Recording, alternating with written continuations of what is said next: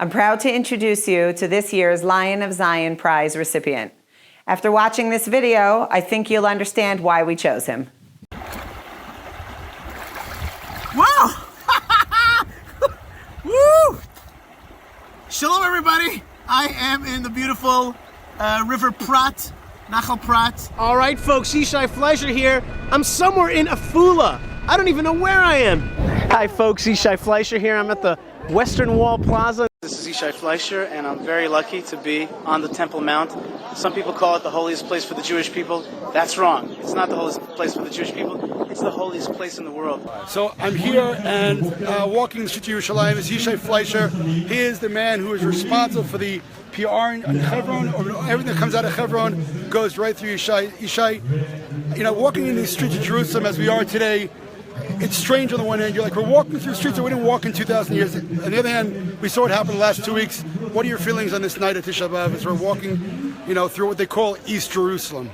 There's a duality of feelings tonight on Tisha B'Av. On the one hand, it is obviously a great gathering of Jews. So there's an element of joy here. A lot of my friends are here, people of like mind, and we're walking where we're supposed to be walking with tremendous kind of strength and courage and police force in Jerusalem. Why should we mourn and lament on Tisha B'Av when we have such a beautiful built Jerusalem? The answer is because we're so close and yet so far. It's so frustrating. One of the miracles of this building is that it is, in fact, whole and unbroken. That's the Tomb of the Patriarchs and Matriarchs. That's a building that was built 2,000 years ago by King Herod on top of tombs that are 3,800 years old, including Abraham and Sarah, Isaac, Rebecca, Jacob, and Leah. Mr. Vice President, I want to one more time thank you for your incredible effort against the historical theft that UNESCO made when it declared that this is not a Jewish site, that this is a world historical site that is Palestinian, and that we're endangering it. Your administration left UNESCO based on that, and that was an incredible thing. I want to thank you personally for that. Thank you. John Voight, so great to have you here in Hebron. Yeah, it was great to be with you. Tell me, why are you here? Because I heard of your dynamic personality. I wanted to meet you in person. That's why you came? That's exactly No, it. we're here for the forefathers and mothers. No, That's what we are, yeah. You know, I was called a jihadist this week for wanting to build a Beit HaMikdash. All right. No, we were reconstructionists. That's what we are. With regarding to that, I think that one of the greatest challenges when a company is successful, and even mega successful, is to keep innovating. We can't allow ourselves, we're people of faith in God and also of the strength that God gives us, so we can't allow ourselves to get too nervous. At the same time, we're on guard, and I just went shooting the other day, practicing my own firearms training. And we have to do that. We got to be, every one of us has to be prepared in Israel. Every one of us is like a police officer in a sense, a defender, a certainly military person.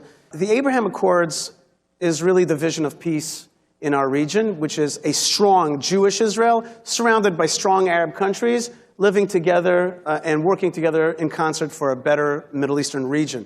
And it's happening. It's a much better idea than cutting up tiny Israel, giving it to the Palestinians who are jihadists and having raining rockets just like we have from Gaza. That's a bad idea. Anybody can see that. The future is the Abraham Accords.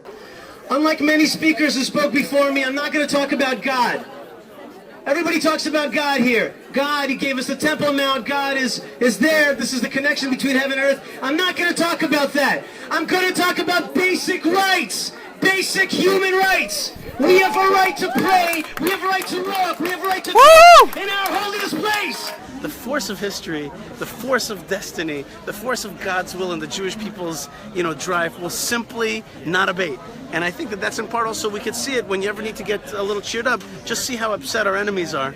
And that'll always remind you about how far we're moving forward. Important words from an important man. Thank you, Yishai, for taking the time. For those of you who don't know Yishai, again, you definitely should look him up on Facebook, follow him. Yishai.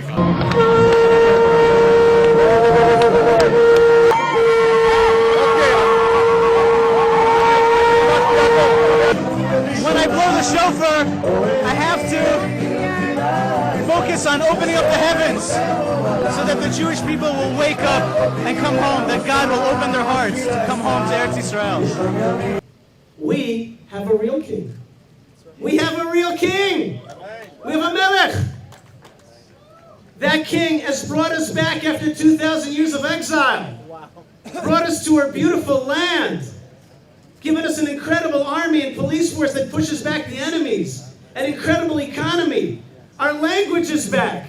Our Torah is back. We have a king. Ladies and gentlemen, may we be zocheh, may we merit tonight to depose the fraudulent kings, the kings of fear, the kings of lies. May we depose those kings and install and crown the King of Kings. Thank you so much.